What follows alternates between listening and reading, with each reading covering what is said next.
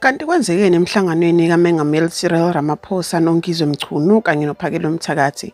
Kungani abantu abaningi besola ukuthi kukhona okufihliwe? Namhlanje-ke sizobheka amaqiniso kanye nokuthi abantu bathini ngalo mhlangano. Ngomhla ka-29 June, uMengameli Cyril Ramaphosa uhlangane noNgizwe Mchunu kanye noPhakelo Mthakathi.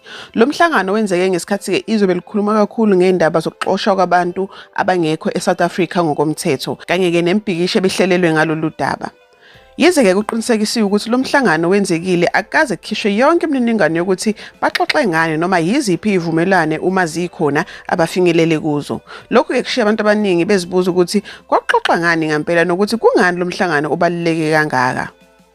Meeting ethethanini ne-secret meeting Ngizwe, thetha nawe uthenini ne-secret meetings esingazaziyo. Nenza ntoni apho?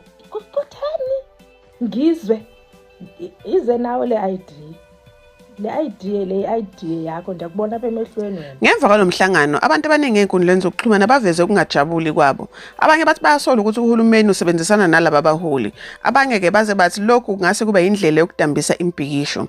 Kodwa-ke kubalulekile ukuqaphela ukuthi le mbono le ivela kubantu ey'nkundleni zokuxhumana futhi ayikaqinisekiswa ubufakazi obusemthethweni. Umbuzo omkhulu-ke uthi bekuxoxwa ngani ngempela kulo mhlangano? Kuze kube yimanje akukho imininingwane ephelele esemthethweni ekhishiwe. Ningatheni nina ababukeli? Ingabe lo mhlangano ubungowokufuna ukuthula nokuxoxisana noma nicabanga ukuthi kuningi okusafihliwe? Ungashiya kombono wakho kuma-comments, ungakhohlwa ukulike, ukusubscribe ukuze ungaphuthelwa izindaba esenifakela zona usuku nosuku.